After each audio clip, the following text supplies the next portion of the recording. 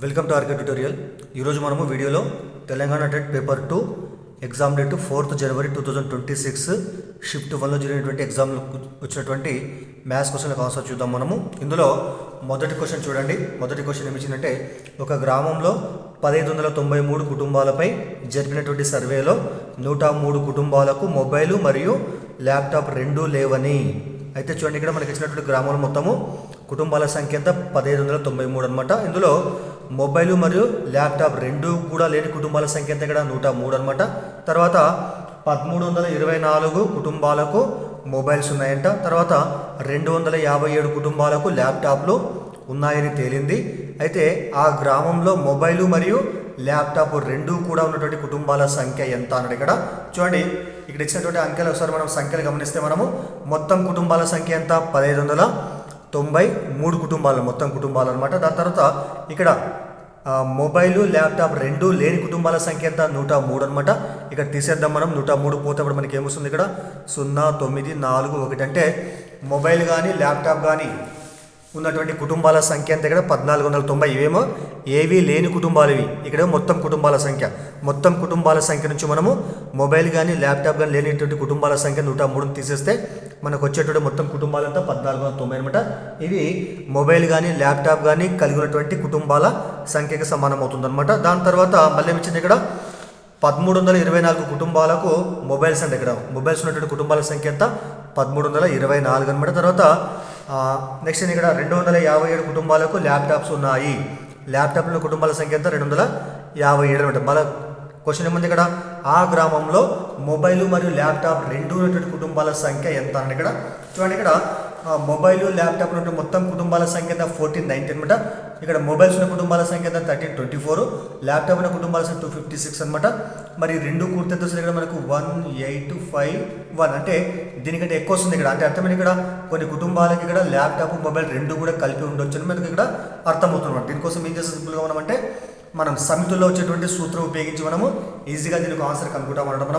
మనకు సూత్రం ఉంటుంది, number of A union B is equal to number of A plus number of B తర్వాత minus number of A intersection B అనేటువంటి సూత్రం ఉపయోగించి మనము తర్వాత ఈజీగా దీని యొక్క ఆన్సర్ని కనుక్కున్నాం మనము. మరి ఇక్కడ ఏ అంటే ఏంటి, ఇక్కడ మొబైల్స్ అనుకున్నాం మనము. బి అంటే ఏంటి, ఇక్కడ ల్యాప్టాప్ అనుకున్నాం మనం. సో ఏ అంటే మొబైల్స్, బి అంటే ల్యాప్టాప్ అనుకున్నాం మనము. మరి మొబైల్ ల్యాప్టాప్ రెండు ఉన్నటువంటి కుటుంబాల సంఖ్య ఎంత ఇక్కడ 1490. కాబట్టి number of A union B is equal to 1490కి సమానం అవుతుంది ఇక్కడ. తర్వాత నంబర్ ఆఫ్ ఏ అంటే అర్థమైంది, ఇక్కడ మొబైల్స్ ఉన్నటువంటి కుటుంబాల సంఖ్య ఎంత 1324 ప్లస్ బి అంటే ఎంత, ఇక్కడ ల్యాప్టాప్ కుటుంబాల సంఖ్య ఎంత 257 అనమాట. తర్వాత minus number of A intersection B, ఇది కనుక్కోవాలి మనం. అంటే మొబైలు ల్యాప్టాప్ రెండు ఉన్నటువంటి కుటుంబాల సంఖ్య కాబట్టి number of A intersection B అంటే ఉమ్మడి మూలకాలు ఉన్నటువంటి సమితి అనమాట ఇది. మరి ఇక్కడ 1490 ఎట్లా ఉంటుంది, ఇక్కడ ఈ యొక్క 1324 ప్లస్ 257 రెండు కూడితే మనకు వచ్చినంత ఇక్కడ 1581 అనమాట. 1581 మైనస్ ఏముంది, ఇక్కడ number of A intersection B అంటే మొబైల్ ల్యాప్టాప్ ఉన్నటువంటి కుటుంబాల సంఖ్య ఇది. యువతలకు వస్తే ఇది ప్లస్ అవుతుంది. Number of A intersection B is equal to 1581 అవతల పోతే మైనస్ కాబట్టి 1490. మరి 1581 నుంచి మనం 1490 తీసేస్తే మనకు వచ్చేటువంటి విలువ ఎంత, ఇక్కడ మనకు వచ్చేటువంటి ఆన్సర్ ఏంటంటే 91 వస్తుంది. అంటే అర్థమైంది, ఇక్కడ మొబైల్స్ ల్యాప్టాప్స్ రెండు ఉన్నటువంటి కుటుంబాల సంఖ్య మనకు 91కి సమానం కావడం జరిగింది. కాబట్టి మనకు సెకండ్ ఆప్షన్ మీకు తెలిసింది అనుకుంటే ఆల్రెడీ. నేను ఇక్కడ ఏ యూనియన్ బి అంటే అర్థమైంది, ఇక్కడ అంటే ఏలోని మూలకాలు బిలోని మూలకాలు రెండింటిలో ఉండేటువంటి మూలకాలు మొత్తం తీసుకుంటాం మనం. అంటే మొబైల్స్ అయినా ఉండొచ్చు, ల్యాప్టాప్స్ అయినా ఉండొచ్చు. ల్యాప్టాప్స్ మొబైల్స్ రెండు ఉన్న కుటుంబాలు మొత్తం కూడా యూనియన్లో వస్తుంది. ఇక్కడ సమ్మేళనం అనమాట అది. నెంబర్ ఆఫ్ ఏ అంటే మొబైల్స్ ఉన్నటువంటి కుటుంబాలు అంటే దాంట్లో ల్యాప్టాప్లు ఉండొచ్చు వాళ్ళకి. ఇక్కడ మొబైల్ ఉన్నటువంటి కుటుంబాలు మొత్తం తీసుకుంటాం ప్లస్ దాంట్లో ల్యాప్టాప్లు మొబైల్ రెండు ఉండొచ్చు అక్కడ. మరి నెంబర్ ఆఫ్ బి అంటే అర్థమైంది, ఇక్కడ ఏ అంటే ఇక్కడ మొబైల్స్ కాబట్టి మొబైల్ ఇక్కడ. తర్వాత బి అంటే ఇక్కడ ల్యాప్టాప్ ఉన్న కుటుంబాలు అంటే ల్యాప్టాప్ ఉన్న కుటుంబాలు మొత్తం తీసుకుంటాము. ఆ ల్యాప్టాప్ ఉన్నటువంటి కొందరికి ఏముంటుంది, ఇక్కడ మొబైల్స్ కూడా ఉంటాయి కాబట్టి అది నెంబర్ ఆఫ్ బి అనమాట. కానీ ఇక్కడ number of A intersection B అంటే అర్థమైంది, ఇక్కడ మొబైల్స్ ల్యాప్టాప్స్ రెండు ఉన్నటువంటి కుటుంబాలు అనమాట. ఇంటర్సెక్షన్ అంటే ఉమ్మడి మూలకాలు ఉన్నటువంటి సమితి అనమాట ఇది. తర్వాత రెండో క్వశ్చన్ చూద్దాం మనము. మొదటి 153 సహజ సంఖ్యల అంకగణిత సగటు అంటే సరాసరి ఎంత అంటే, ఇక్కడ మొదటి 153 సహజ సంఖ్యల సగటు ఎంత అంటే ఇక్కడ మనకి ఇచ్చిన ఆప్షన్ ఈ విధంగా ఉందన్నమాట.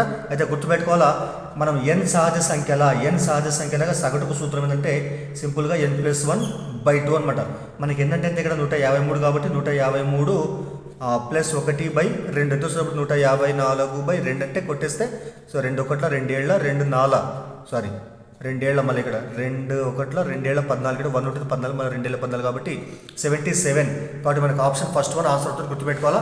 మొదటి n సాధ్య సంఖ్యల అంకగణిత సగటుకు సూత్రము n+1/2. మరి ఎట్లా వస్తుంది సూత్రం ఏంటంటే మనకి యాక్చువల్గా సగటుకు సూత్రం ఏంది? సగటు x బార్ ఏం రాస్తాం? యాక్చువల్గా మనము రాశుల మొత్తము బై రాశుల సంఖ్య అని రాస్తాం మనం. మరి మొదటి n సాధ్య సంఖ్యల మొత్తానికి సూత్రం ఏంది? n+1/2 అనమాట. దీని రాశుల సంఖ్య మొత్తం ఎంత? n కాబట్టి n రాస్తాం ఇక్కడ. తర్వాత n క్యాన్సిల్ చేస్తే మనకి ఏమొస్తుంది అప్పుడు? n+1/2. ఇది మొదటి n సాధ్య సంఖ్యల సగటుకు సూత్రం అనమాట. సగటు అంటే రాశుల మొత్తమే రాశుల సంఖ్య. సో n × n+1/2/n అనమాట ఇక్కడ. తర్వాత మూడో క్వశ్చన్ చూడండి. మూడో క్వశ్చన్ చాలా ఈజీ క్వశ్చన్ చూడండి. ఏమిచ్చింది ఇక్కడ? క్రింది వాటిలో అపరిమిత సమితి ఏదైనా ఇక్కడ? క్రింది వాటిలో అపరిమిత సమితి ఏదైనా ఇక్కడ మనకి ఇచ్చిన ఆప్షన్ ఏమిటి ఇక్కడ? 10 లోపు పూర్ణాంకాల సమితి. మరి పూర్ణాంకాలు అంటే ఏంది? 0 నుండి ప్రారంభమే అనంతంగా ఉండే సంఖ్యలు ఏమంటారు? పూర్ణాంకాలు అంటారు. మరి పూర్ణాంకాలు దేంతో స్టార్ట్ అవుతుంది? 0తో స్టార్ట్ అవుతాయి కాబట్టి మరి 0 నుంచి 0 1 2 3 డాష్ ఈ విధంగా 9 దాకా తీసుకుంటాం మనం 10 లోపు అంటే. ఇవి మనకి ఎందుకు ఇక్కడ 10 ఉంటాయి కాబట్టి మనకి ఇది అపరిమిత సమితి కాదు. తర్వాత 10 లోపు ప్రధాన సంఖ్యల సమితి. మళ్ళీ 10 లోపు ప్రధాన సంఖ్యలు ఏముంటాయి? 2 3 5 7 మాత్రమే ఉంటాయి కాబట్టి 4 కాబట్టి మనకి ఇది కూడా అపరిమిత సంఖ్యా సమితి కాదనమాట. తర్వాత 10 లోపు పూర్ణ సంఖ్యల సమితి. ఇక్కడ పూర్ణాంకాలు అంటే వేరే, పూర్ణ సంఖ్యలు అంటే వేరే. మరి పూర్ణ సంఖ్యలు అంటే ఏంటి? ధన సంఖ్యలు రుణ సంఖ్యలు 0 అనమాట. మరి 10 లోపు పూర్ణ సంఖ్యలు ఏముంటాయి? సో 10 కంటే ముందు వచ్చే పూర్ణ సంఖ్య ఏముంటుంది? 9. సో 9 8 7 ఈ విధంగా 0. దాని తర్వాత కూడా -1 -2 ఇక్కడ -3 ఈ విధంగా అనమాట. అంటే మనకి ఇక్కడ ధన సంఖ్యలు 9 వరకు ఉండొచ్చు ఇక్కడ మనకి, కానీ రుణ సంఖ్యలు చాలా ఉంటాయి మనకు. -1 -2 -3 ఈ విధంగా అనంతంగా ఉంటాయి కాబట్టి సో ఇది మనకు అనంతమైనటువంటి మూలకాలు ఉన్నటువంటి అంటే పూర్ణ సంఖ్యలో ఉన్నటువంటి సమితికి అవుతుంది అనమాట. కాబట్టి మనకు ఆన్సర్ థర్డ్ వన్ ఇక్కడ. మరి ఫోర్త్ ఏముంది ఇక్కడ? 10 లోపు సహసంఖ్యలు దేంతో స్టార్ట్ అవుతాయి? 1తో స్టార్ట్ అవుతాయి కాబట్టి సో 1 2 3 మొత్తం 9 దాకా తీసుకుంటాం. ఇవి మనకు 9 ఉంటాయి కాబట్టి మనకి ఇది కూడా అపరిమిత సమితి కాదు. కేవలము మూడవది మాత్రమే మనకు పూర్ణ సంఖ్యల సమితి మాత్రమే అపరిమిత సంఖ్యా సమితి అవుతుంది. అంటే మనకు 9తో మనం తగ్గించుకుంటూ పోతే ఇక్కడ మనకు 0 వచ్చేసిన తర్వాత మనకి ఇక్కడ ఏముంటాయి? రుణ సంఖ్యలు అన్నీ ఉంటాయి. -1 -2 -3 -4 అనంతంగా ఉంటాయి కాబట్టి సో ఇది మనకు అపరిమిత సమితి కావడం జరుగుతుంది. మరి అపరిమిత సమితి అంటే అర్థమైంది ఇక్కడ? అపరిమిత సమితి అంటే లెక్కించడానికి వీలు కాని సంఖ్యలో మూలకాలు ఉంటే ఆ సమితిని అపరిమిత సమితి అని అంటారనమాట. గుర్తుపెట్టుకోవాలి మనం. సో మిగతావన్నీ ఏవైతే ఈ 1 2 4 ఇవన్నీ కూడా పరిమిత సమితులు అవుతాయి. పరిమిత. తర్వాత ఫోర్త్ క్వశ్చన్ చూడండి. ఒక పంచభుజి యొక్క కర్ణాల సంఖ్యకు దీర్ఘఘనంలోని శీర్షాల సంఖ్యకు గల నిష్పత్తి ఎంత అని ఇక్కడ. మరి పంచభుజి అంటే అర్థమైంది 5 భుజాలు ఉన్నటువంటి బహుభుజిని పంచభుజి అంటారు అనమాట. మరి పంచభుజికి వచ్చినటువంటి కర్ణాల సంఖ్యకు మరి సూత్రం ఉంటుంది. ఒక బహుభుజికి n భుజాలు ఉంటే వాటికి వచ్చేటువంటి కర్ణాల సంఖ్య సూత్రం ఏంటంటే సో n × n-3/2. ఇది n అనేటువంటి భుజాలు ఉన్నటువంటి బహుభుజికి వచ్చేటువంటి కర్ణాల సంఖ్యకు సూత్రం అనమాట. మరి మనకేమొచ్చింది ఇక్కడ? పంచభుజి అంటే అర్థమైంది 5 భుజాలు అంటే అర్థమైంది ఇక్కడ n అంటే 5. ఇక్కడ 5 రాస్తుంది చూడండి. ఇక్కడ 5 × 5 - 3/2 ఇక్కడ. మరి ఇప్పుడు వస్తుంది 5 × 5 - 3 అంటే ఎంత? 2 అనమాట. 2/2 2 క్యాన్సిల్ అయితే మనకి ఏమొస్తుంది? ఇప్పుడు 5 వస్తుంది ఇక్కడ. అంటే అర్థమైంది ఇక్కడ పంచభుజికి వచ్చేటువంటి మొత్తం కర్ణాల సంఖ్య 5కు సమానం కావడం జరిగింది. అదేవిధంగా నెక్స్ట్ ఏమి ఇక్కడ? దీర్ఘఘనం అంట. మరి దీర్ఘఘనం మీకు తెలిసింది ఆల్రెడీ. ఇది దీర్ఘఘనం ఉండే విధంగా మరి దీనికి వచ్చే శీర్షాల సంఖ్య ఎంత? శీర్షాలు అంటే మూలాలు ఇక్కడ 1 2 3 4 5 6 7 8 ఇక్కడ. అంటే వీటికి వచ్చే శీర్షాలు మొత్తం మనకు 8 ఉన్నాయి. మనకి ఏమడిగింది ఇక్కడ? పంచభుజిక కర్ణాల సంఖ్యకు దీర్ఘఘనంలోని శీర్షాల సంఖ్యకు గల నిష్పత్తి ఎంత అన్నాడు. అంటే అర్థమైంది ఇక్కడ ఇవి 5 ఉన్నాయి కాబట్టి 5 తర్వాత 5:8 ఇక్కడ. సో మనకు ఆన్సర్ ఏంది ఇక్కడ? 5:8 కాబట్టి థర్డ్ వన్ 5:8 మనకు ఆన్సర్ అవుతుంది అనమాట. తర్వాత ఫిఫ్త్ క్వశ్చన్ చూస్తే క్రింది వాటిలో ఏ కోణాన్ని రూలర్ మరియు వృత్తలేఖిని మాత్రమే ఉపయోగించి నిర్మించలేము అన్నాడు ఇక్కడ. చూడండి ఇక్కడ గుర్తుపెట్టుకోవాలి. మనం ఏదైనా కోణం నిర్మించాలంటే కంపల్సరీ మనకి ఏం కావాలి? మనకు కోణమాను ఉండాలి, మనకు ప్రొటెక్టర్ ఉండాలి. మనకు కోణమాను ఉంటే మనము ఏ కోణాన్ని ఈజీగా గీస్తాం మనం. కానీ కొన్ని కోణాలు ఏవైతే ఉంటాయో ఆ కోణాలు మనము కోణమాను ఉపయోగించినప్పటికీ మనం గీస్తామన్నమాట. మరి ఆ కోణాలు ఏమంటే 0 డిగ్రీల కోణము, తర్వాత 30 డిగ్రీల కోణము, తర్వాత 40 డిగ్రీల కోణము, తర్వాత 60 డిగ్రీల కోణం, తర్వాత 90 డిగ్రీల కోణం అనమాట. వీటిని ఏమంటారు యాక్చువల్గా అంటే ప్రామాణిక కోణాలు అంటారు. వీటిని ప్రామాణిక కోణాలు అంటారు వీటిని. మరి ప్రామాణిక కోణాలను మనము సో కోణమాన్ని ఉపయోగించకుండానే మనము గీయవచ్చు అనమాట. అయితే ఇక్కడ చూడండి, ఇక్కడ మనకి ఇచ్చినటువంటి కోణాలు ఏమైనా 1 2 తర్వాత 4 ఈ కోణాలన్నీ కూడా అంటే 1 2, 4 ఇవన్నీ కూడా దీనికి అంటే ఈ ప్రామాణిక కోణాలకు సంబంధించినటువంటి కోణాలు అనమాట అవి. అంటే వీటిని డబల్ చేయడం కానీ, సింగిల్ చేయడం కానీ, లేకపోతే అంటే డబల్ చేయడం కానీ, లేకపోతే మనము సగం చేయడం కానీ, లేకుంటే 3 భాగాలు ఇట్లా తగ్గించడం కానీ, ఈ విధంగా చేస్తే మనకు వచ్చేటువంటి కోణాలు అనమాట. అంటే ఇందులో ఉన్న కోణాలు కొన్ని కలిపితే కూడా మనకు వచ్చే కోణాలు ఏమంటే ప్రామాణిక కోణాల కింద లెక్కిస్తాం మనం. ఫర్ ఎగ్జాంపుల్ చూడండి, ఇక్కడ 90 + 45 మొత్తం ఎంత ఇది?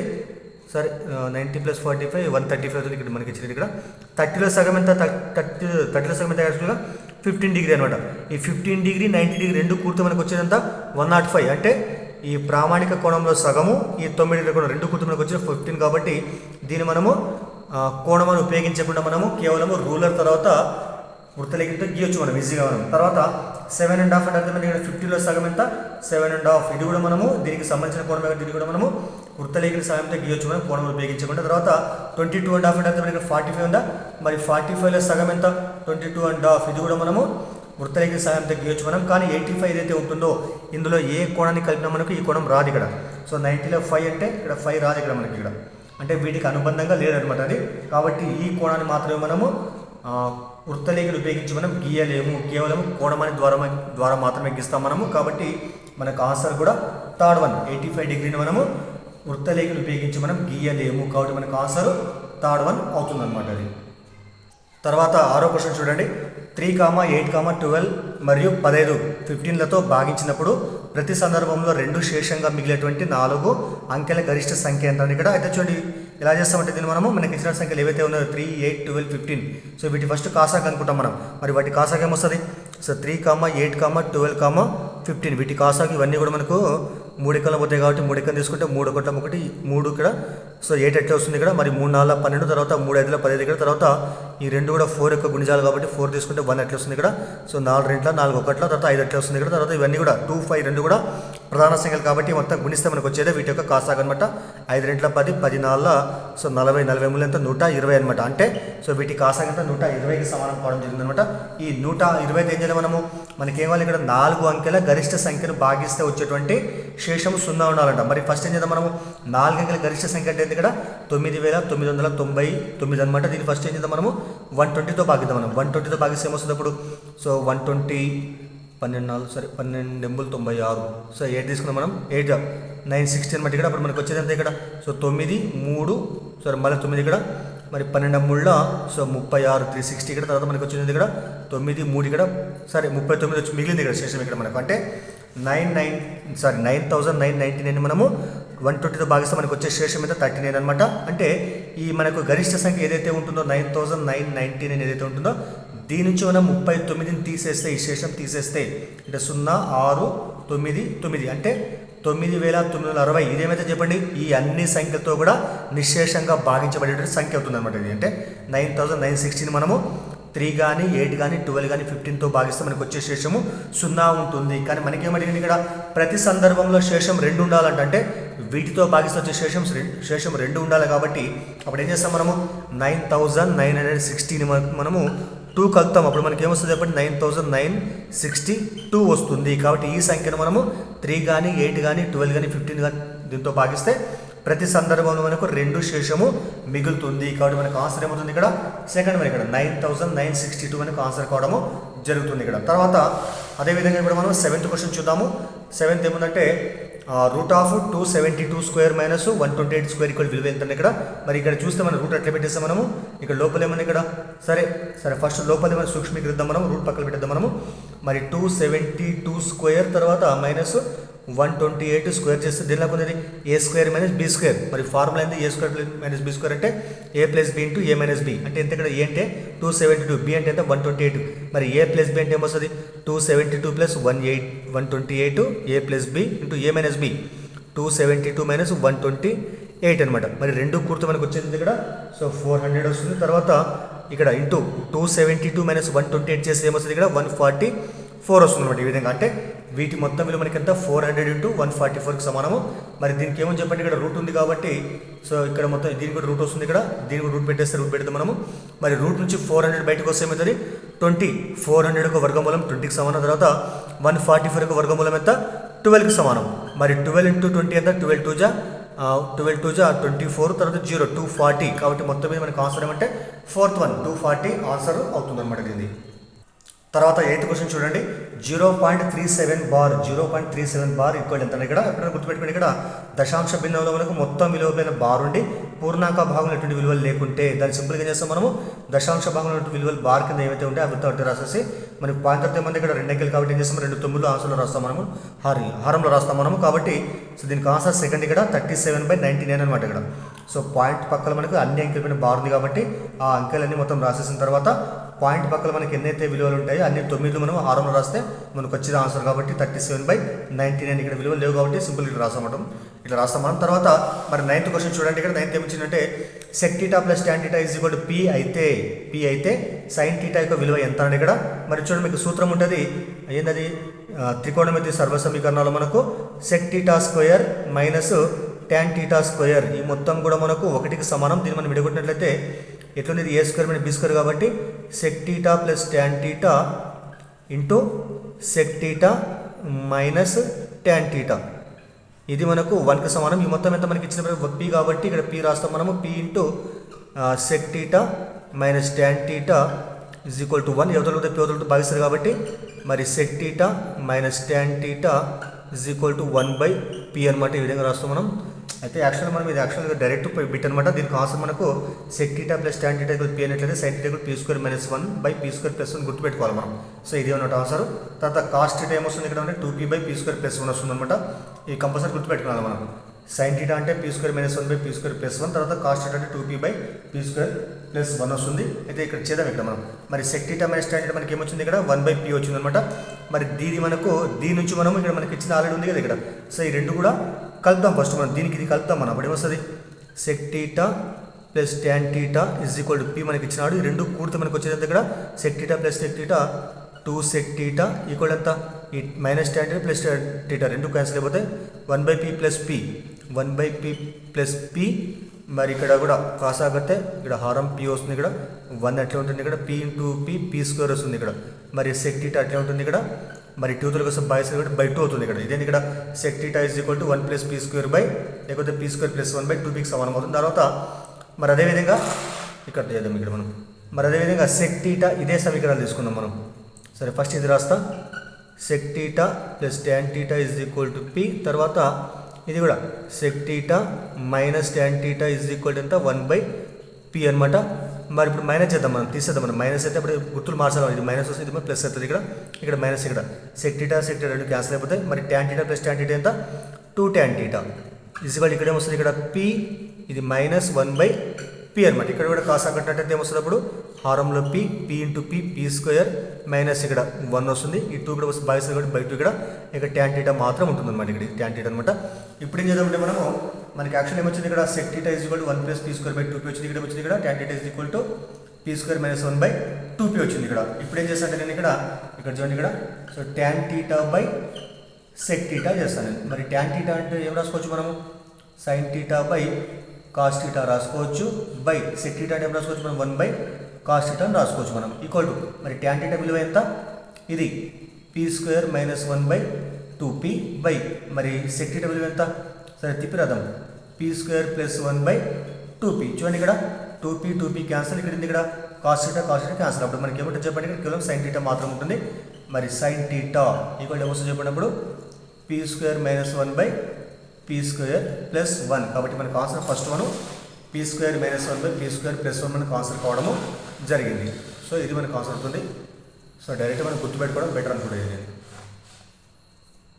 తర్వాత 10వ క్వశ్చన్ చూడండి ఏమిచ్చినట్టే ఒక సమబాహు త్రిభుజం ఎత్తు 5√3 సెంటీమీటర్లు అప్పుడు దానికి వైశాల్యం ఎంత అని ఇక్కడ అయితే మనకి ఏమిచ్చింది ఇక్కడ సమబాహు త్రిభుజం యొక్క మనకు భుజం ఇవ్వాలి ఇక్కడ మనకి ఏమిచ్చింది ఇక్కడ ఎత్తిచ్చినాడు ఇక్కడ మరి ఎత్తిచ్చినప్పుడు సమబాహు త్రిభుజం యొక్క వైశాల్యం సూత్రం ఏంటంటే వైశాల్యం a దీనికి వచ్చేటువంటి సూత్రం అంటే h² / √3 అనమాట. h అంటే ఇక్కడ సమబాహు త్రిభుజం యొక్క ఎత్తు అనమాట. మరి ఎత్తు మనకి ఎంత ఇచ్చాడు ఇక్కడ 5√3 కాబట్టి h² అంటే ఏమొస్తుంది h × h కాబట్టి 5√3 × 5√3 రాసుకోవచ్చు మనం. బై ఎంత ఉంది ఇక్కడ √3 ఉంది ఇక్కడ మరి √3 ఒకటి క్యాన్సిల్ చేసేటప్పుడు మనకి ఏముంటుంది 5 × 5 సో 25 తర్వాత √3 చదరపు సెంటీమీటర్లు కాబట్టి మనకు ఆన్సర్ థర్డ్ వన్ 25√3 చదరపు సెంటీమీటర్లు ఆన్సర్ అవుతుంది ఇక్కడ. తర్వాత 11th క్వశ్చన్ చూస్తే మనము ఒక దీర్ఘ చతురస్రం యొక్క వైశాల్యము 420 చదరపు సెంటీమీటర్లు, మరి దాని యొక్క కర్ణం ఎంత 29 సెంటీమీటర్లు అయితే దాని యొక్క చుట్టుకొలత ఎంత అని ఇక్కడ మరి చూడండి.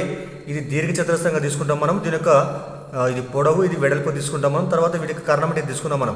మరి కర్ణం ఇది కూడా బి, ఇది కూడా ఎల్ ఇక్కడ మనకు. మరి కర్ణం అంటే ఏంది ఇక్కడ మనకు దీర్ఘ చతురస్రంలో ప్రతి కోణం 90 డిగ్రీలు కాబట్టి మనము ఇక్కడికే తీసుకుంటే ఇది మాత్రం తీసుకుంటే మనకి ఏమవుతుంది అప్పుడు ఇది లంబకోణ త్రిభుజం అవుతుంది. మరి పైథాగరస్ సిద్ధాంతం ప్రకారము ఇది కర్ణం కాబట్టి కర్ణం ఏమవుతుంది ఇక్కడ మిగతా భుజాల వర్గాల మొత్తానికి సమానం కాబట్టి మరి ఎల్ అంటే ఏం రాస్తాం మనం యాక్చువల్గా మనం ఇది కర్ణం అంటే ఏం రాస్తాం మనము రూట్ ఆఫ్ కర్ణం పొడవు అంటే ఇక్కడ మనకు root of L square plus B square అవుతుంది ఇక్కడ కర్ణం యొక్క పొడవు అనమాట పైథాగరస్ సిద్ధాంతం ప్రకారం.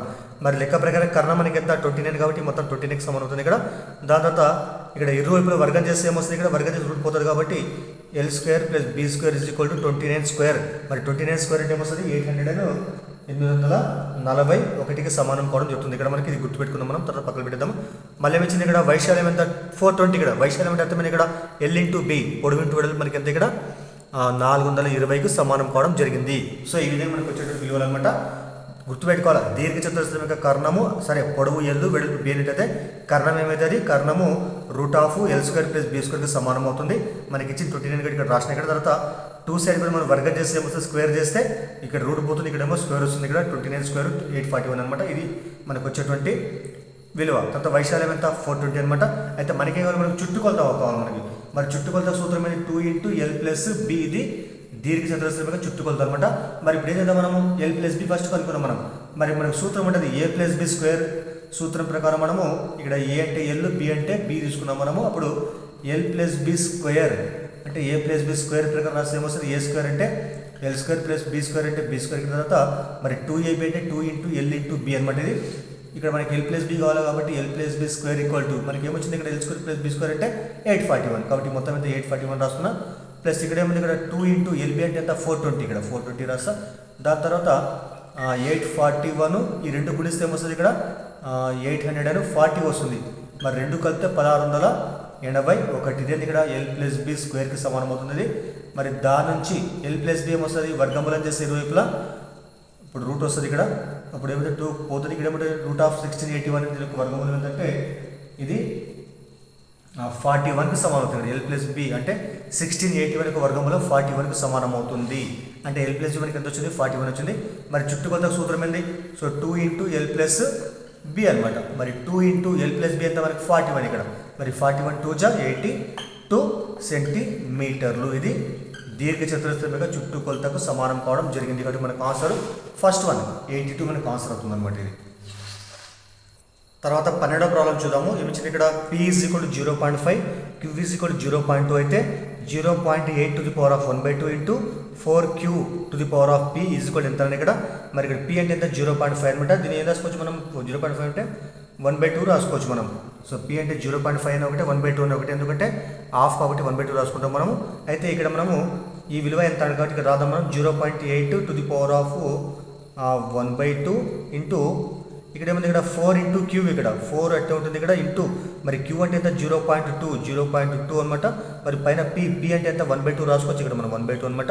దట్ ఈజ్ ఈక్వల్ టు మళ్ళీ ఏం రాస్తే ఇక్కడ 0.8 to the power of 1/2 into చూడండి ఇక్కడ 4 ఇంటూ 0.2 ఎంత ఇది ఎంత వస్తుంది 0.2 ఇంటూ 4 అంటే 0.8కే సమానం అవుతుంది. 0.8 మళ్ళీ పైన ఏమిది ఇక్కడ 1/2 ఇక్కడ. ఇదేమో అట్లే రాసిన ఇక్కడ, ఇదేమో మొత్తం ఇంతకు సమానం. ఇది 4 రెంట్ల 8 కాబట్టి 0.8 ఘాతాంకం 1/2 అనమాట. నెక్స్ట్ ఏంటి ఇక్కడ భూములు సమానం అని ఇక్కడ. అప్పుడు ఏం చేస్తాం ఘాతాంకాలు కలపాలి మనం. అంటే 0.8 టు ది పవర్ ఆఫ్ ఎంత వస్తుంది అప్పుడు 1/2 ప్లస్ 1/2 1/2 ప్లస్ 1/2 అంటే 1కే సమానం కాబట్టి 0.8 టు ది పవర్ ఆఫ్ 1కి సమానం. అంటే ఎంత పవర్ 1 ఉన్నా లేకుండా ఒకటి కాబట్టి 0.8గా రాసుకోండి. కాబట్టి మనకు సెకండ్ ఆప్షన్. ఇప్పుడు మనకి ఇక్కడ భూములు సమానం అంటే ఘాతాంకాలు ఎందుకు వెళ్తాం మనము మీకు సూత్రం ఉంటుంది కదా a to the power of m into a to the power of n is equal to a to the power of m plus n ప్రకారం అనమాట. ఈ విధంగా భూములు సమానం అంటే ఘాతాంకాలు కలపాలి మనం. తర్వాత 13వ క్వశ్చన్ చూడండి. సమాంతర చతుర్భుజాన్ని నిర్మించడానికి అవసరమైనటువంటి కనీస కొలతల సంఖ్య ఎంత ఇక్కడ.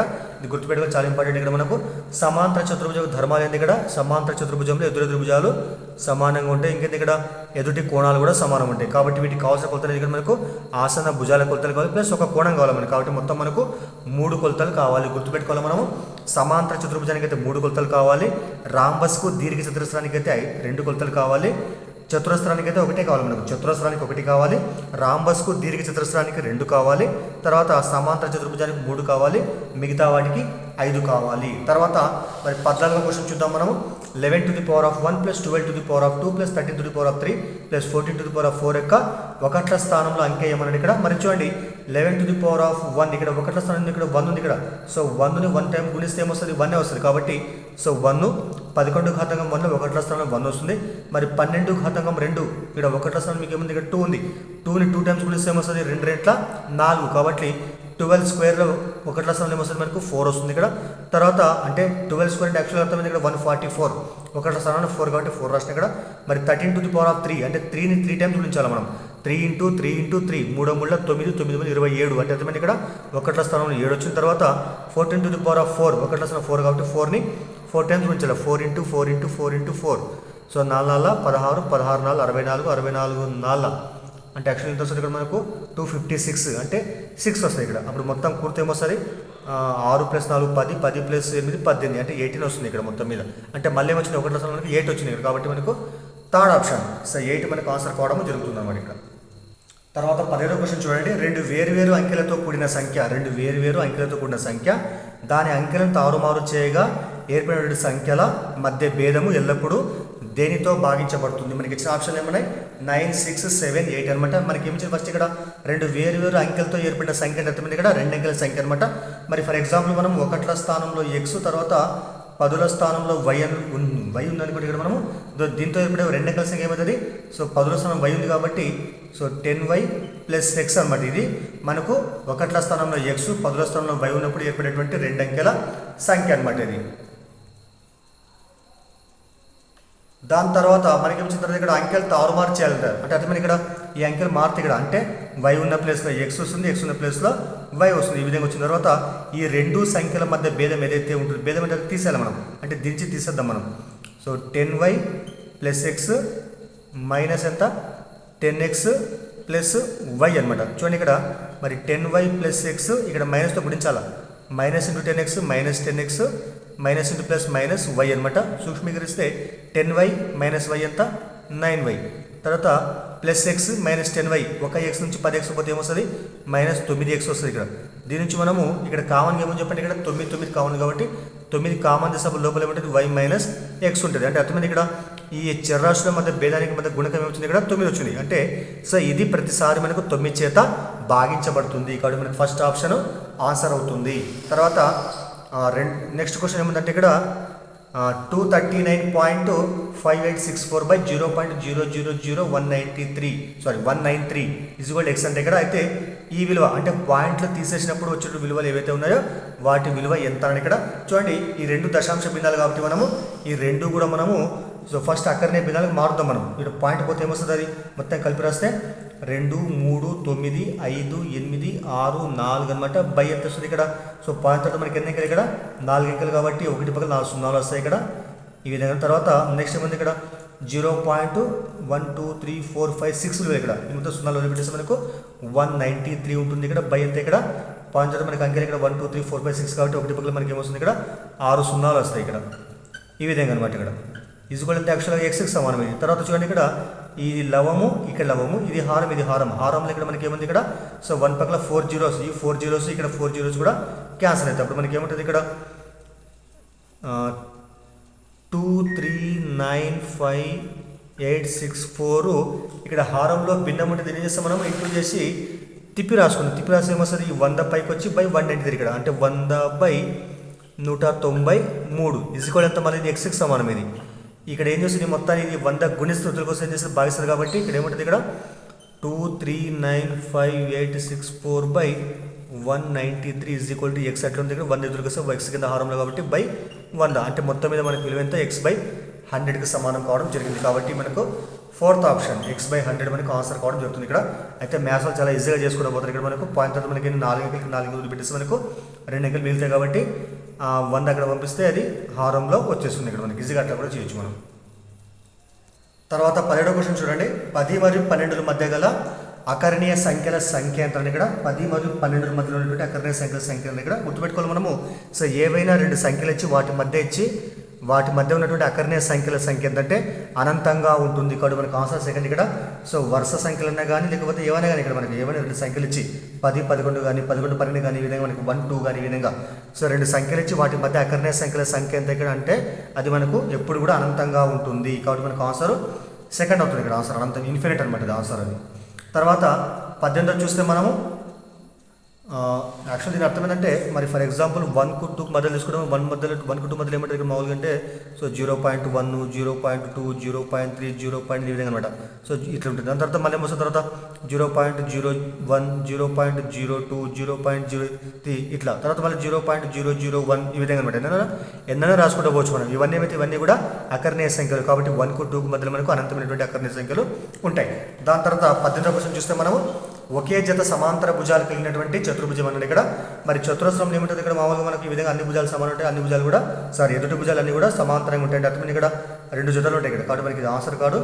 సమాంతర చతుర్భుజం ఇక్కడ కూడా మనకు 2 భుజాలు ఇక్కడ అంటే 2 జతల భుజాలు మనకు సమాంతరం. ఈ జత సమాంతరం ఉంటాయి తర్వాత ఈ జతలు సమాంతరం ఉంటాయి దీని లేకనే కాబట్టి ఇది కూడా మనకు కాదు. దీర్ఘ చతురస్రం కూడా సేమ్ దీని లేకుండా ఇది కూడా మనకు ఆన్సర్ కాదనమాట. మరి 4th ఏముంది ఇక్కడ ట్రెపీజియం ఇక్కడ లేకుంటే సమలంబ చతుర్భుజం అనమాట. ఇక్కడ కేవలము ఒక జత భుజాలు మాత్రమే సమాంతరంగా ఉంటాయి కాబట్టి మనకు ఆన్సర్ 4th వన్. ఇందులో ఒక జత భుజాలు మాత్రమే సమాంతరంగా ఉంటాయి, మిగతా వాటిలో 2 జతల భుజాలు సమాంతరంగా ఉంటాయి. ఇది మనకు కావాలి ఏం కావాలి ఇక్కడ మనకు ఒకే జత కావాలంటే అర్థమైంది ఇక్కడ 4th వన్ అనమాట ట్రెపీజియం. తర్వాత నెక్స్ట్ క్వశ్చన్ 19 చూస్తే ఇక్కడ ఉంది ఇక్కడ 25 మీటర్ల పొడవున్న నిచ్చెన భూమి నుండి 20 మీటర్ల ఎత్తులో ఉన్నటువంటి భవనం యొక్క కిటికీ తాకుతుంది. అయితే భవనం నుండి నిచ్చెన అడుగు భాగానికి గల దూరం ఎంత ఇక్కడ మనకి ఇది యాక్చువల్గా భవనం అనుకుంటే మనము ఇది అడుగు భాగం అనమాట. ఇక్కడ నిచ్చెన ఉంటే ఇక్కడ నుంచి మనకి ఇక్కడ విరిగి నిచ్చెన అనమాట. ఇది నిచ్చెన పొడవు ఎంత 25 మీటర్స్. తర్వాత భవనం యొక్క ఎత్తు ఎంత 20 మీటర్స్ అనమాట. తర్వాత ఈ భవనం యొక్క అడుగు భాగం నుండి నిచ్చెన అడుగు భాగం దూరం ఎంత ఇక్కడ దీన్ని మనం ఫర్ ఎగ్జాంపుల్ ఎక్స్ అనుకుంటే మరి దేనిలా కొంచెం చెప్పండి ఇది లంబకోణ త్రిభుజం కాబట్టి పైథాగరస్ సిద్ధాంత ప్రకారం కర్ణం యొక్క వర్గం మిగిలిన భుజాల వర్గాల మొత్తం సమానం కాబట్టి 25 స్క్వేర్ ఈజ్ ఈక్వల్ కర్ణం యొక్క వర్గం మిగిలిన భుజాల వర్గాలు ఏమవుతాయి so 20 square plus x square అనమాట. 25 స్క్వేర్ అంటే ఎంత 625. ఈ 20 స్క్వేర్ అయితే 400 ఎదురుగా ఏమవుతుంది -400 ఈక్వల్ ఎంత ఇప్పుడు ఇది x స్క్వేర్కి సమానం అవుతుంది. అప్పుడు x తీసేసి ఏమొస్తుంది 225 ఈక్వల్ ఎంత x స్క్వేర్. దీని ఏం చేస్తే మనం వర్గంగా రాస్తే 15 స్క్వేర్గా రాసుకోవచ్చు మనం. అప్పుడు ఎంత x స్క్వేర్ మరి 2 క్యాన్సిల్ చేస్తే మనకి ఎంత x ఈక్వల్ అప్పుడు 15కి సమానం అవుతుంది కాబట్టి మనకు ఆన్సర్ సెకండ్ వన్ 15 మీటర్స్ అనమాట ఇది ఆన్సర్. తర్వాత 20వ క్వశ్చన్ చూద్దాము. ఒక తరగతిలో 96 మంది విద్యార్థులు ఉన్నారు. బాలుర సంఖ్య బాలికల సంఖ్యకు 3/5 రెట్లు అయితే బాలికల సంఖ్య ఎంత అని ఇక్కడ ఇది 20వ క్వశ్చన్ అనమాట. సో మీకు దయచేసి వీడియో ఉపయోగపడితే లైక్ చేయండి, అదేవిధంగా ఛానల్ని సబ్స్క్రైబ్ చేయండి, మీ ఫ్రెండ్స్కి కూడా వీడియోను షేర్ చేయండి.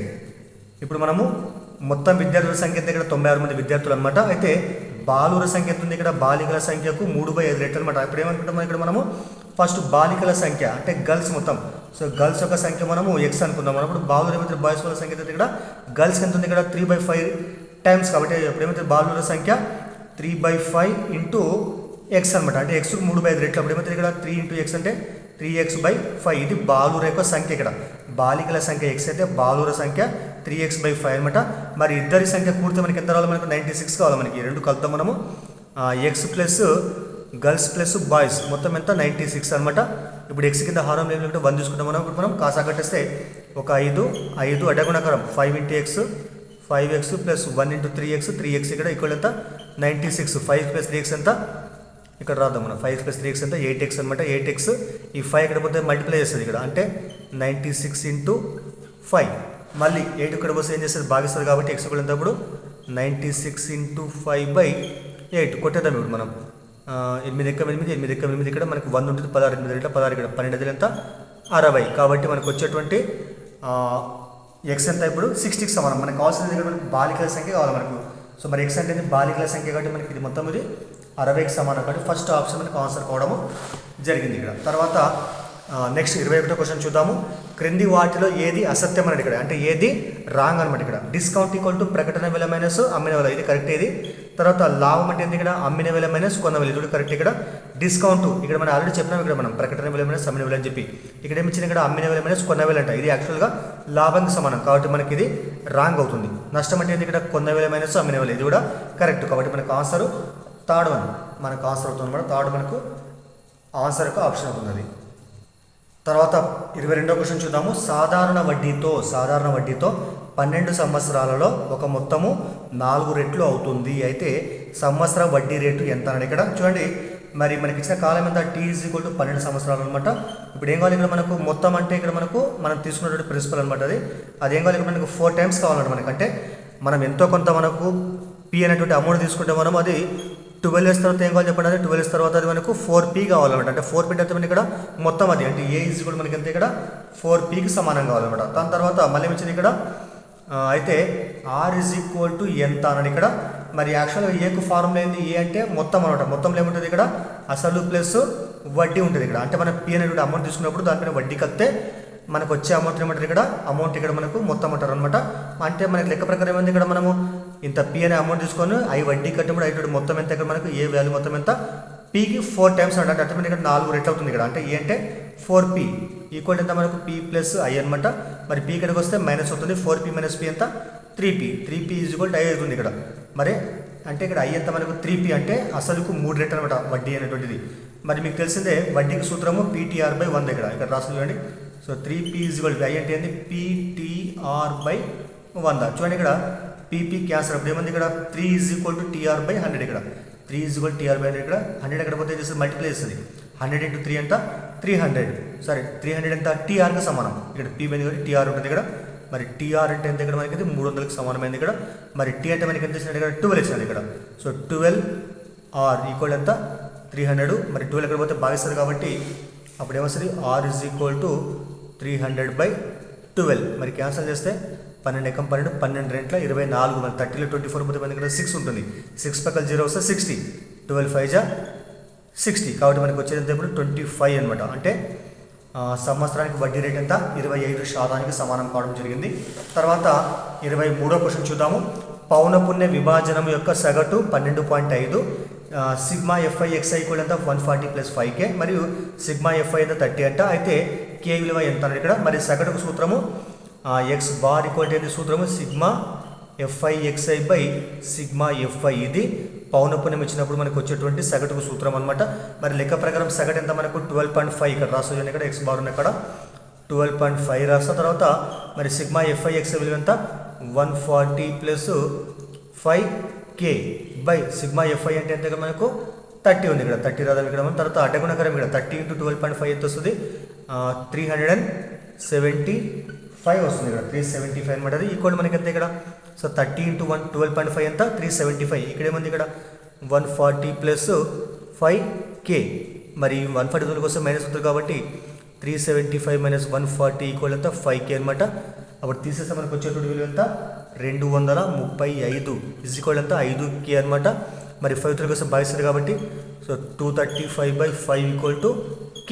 కొట్టేస్తే 5 × 5 5 4 20 మనకి ఎంత? ఇప్పుడు 3 ఉంటుంది ఇక్కడ. సో 35 5 35 ఇక్కడ. అప్పుడు వచ్చేటువంటి k విలువ ఎంత చెప్పండి? k is equal to 47. కాబట్టి మనకు ఆన్సర్ అనేది ఇక్కడ k ఈజ్ ఈక్వల్ టు 47కి సమానం కావడం జరిగింది. ఫస్ట్ ఆప్షన్ అవుతుంది అనమాట. తర్వాత 24th క్వశ్చన్ చూద్దాం. లాస్ట్ క్వశ్చన్ మనము. ప్రస్తుతము తండ్రి వయస్సు కొడుకు వయస్సుకు 4 రెట్ల కంటే 4 ఎక్కువ. అంటే ఇక్కడ ప్రస్తుతము తండ్రి వయస్సు కొడుకు వయస్సుకు 4 రెట్ల కంటే 4 ఎక్కువ ఉందంట. అదేవిధంగా 4 సంవత్సరాల తర్వాత అంటే ఫ్యూచర్లో 4 ఇయర్స్ తర్వాత అనమాట తండ్రి వయసు ఎంత ఉంటుంది ఇక్కడ? కొడుకు వయస్సుకు రెట్టింపు కంటే 10 సంవత్సరాలు ఎక్కువ. అయితే తండ్రి ప్రస్తుతం యొక్క వయస్సు ఎంత అని ఇక్కడ చాలా ఈజీగా చేయొచ్చు. మనం దీన్ని మనము డైరెక్ట్ కూడా ఇక్కడ కనిపెట్టవచ్చు మనము. అయితే చూడండి ఇక్కడ ఫస్ట్ ఇక్కడ మనం ప్రస్తుతం చూద్దాం. ఇక్కడ మనం ప్రస్తుతం తర్వాత 4 సంవత్సరాల తర్వాత ఉంది ఇక్కడ. మరి ప్రస్తుతం తీసుకుంటే ప్రస్తుతం మనము మరి కొడుకు వయసు ఫస్ట్ ఎక్స్ అనుకున్నాం మనం. మరి కొడుకు వయసు ఎక్స్ అనుకుంటే మనము తండ్రి వయసు ఏమైతే చెప్పండి? ప్రస్తుతం ఏముంది ఇక్కడ? తండ్రి వయస్సు కొడుకు వయస్సుకు 4 రెట్ల కంటే 4 ఎక్కువ. అంటే అర్థమైంది. దీనికి మనం 4 టైమ్స్ చేస్తాం మనం. 4x చేసి 4 కలపాలి మనం. ఇది తండ్రి యొక్క ప్రస్తుత వయస్సు. అంటే ప్రస్తుతం కొడుకు వయసు ఎక్స్ అయినట్లయితే తండ్రి వయసు ఏం కావాలా? కొడుకు వయసుకు 4 రెట్లు కంటే 4 ఎక్కువ. అంటే +4 మళ్ళీ ఇక్కడ అనమాట. ఈ విధంగా అనమాట. అయితే మళ్ళీ ఎంత తర్వాత ఇక్కడ 4 సంవత్సరాల తరువాత అంటే ఫ్యూచర్ అనమాట. ఆఫ్టర్ 4 ఇయర్స్ అప్పుడు కొడుకు వయసు ఏమైతే చెప్పండి? అప్పుడు కొడుకు వయసు ఎక్స్ 4 కలపాలి. x + 4 అనమాట. అప్పుడు తండ్రి వయసు ఏమైతే చెప్పండి? 4 ఇయర్స్ తర్వాత తండ్రి వయసు ఈ 4x + 4 ఉంటుంది. ప్లస్ తర్వాత మళ్ళీ 4 కలపాలి. ఇది యాక్చువల్ ప్రస్తుత వయసు కదా. దానికి ఎంత కలపాలి మనం? 4 కలపాలి మనం. మరి అప్పుడు ఏమవుతుంది? 4x + 4 + 4 అంతా 8 అనమాట. ఇది తండ్రి వయసు ఎప్పుడు చెప్పండి? 4 సంవత్సరాల తర్వాత. మళ్ళీ వచ్చింది చెప్పండి ఇక్కడ తర్వాత 4 సంవత్సరాల తర్వాత తండ్రి వయస్సు కొడుకు వయస్సు కొడుకు వయస్సు రెట్టింపు కంటే 10 సంవత్సరాలు ఎక్కువ. ఇప్పుడు 4 సంవత్సరాల తర్వాత ఏం కాదు, ఇక్కడ మనకు తండ్రి వయసు ఎంతైతే ఉంటుందో ఈ తండ్రి వయసు ఎంత 4x తర్వాత 4x + 8 అనమాట.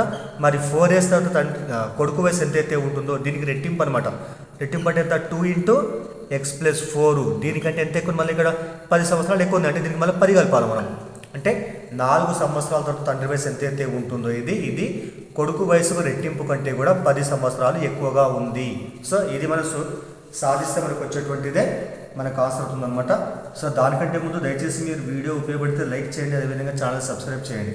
ఇప్పుడు చూద్దాం, ఇక్కడ మనం 4x + 8 మరి 2 మొత్తం ఇంటూ చేయాలి. ఇక్కడ 2 × x 2x + 2 × 4 = 8 ప్లస్ ఎంత ఇక్కడ 10 అనమాట. చూడండి ఇక్కడ ఈ 2x ఉదరికి వస్తే అది మైనస్ అవుతుంది. ఇక్కడ ఈ 4x ఆల్రెడీ ఉంది, ఇక్కడ 4x - 2x. చూడండి +8 +8 రెండు క్యాన్సల్ చేసుకోవచ్చు ఎందుకంటే +8 ఎక్కడ పోతే -8 ఉంది. ఇక్కడ ఆల్రెడీ 8 - 8 అంటే 0 అనమాట.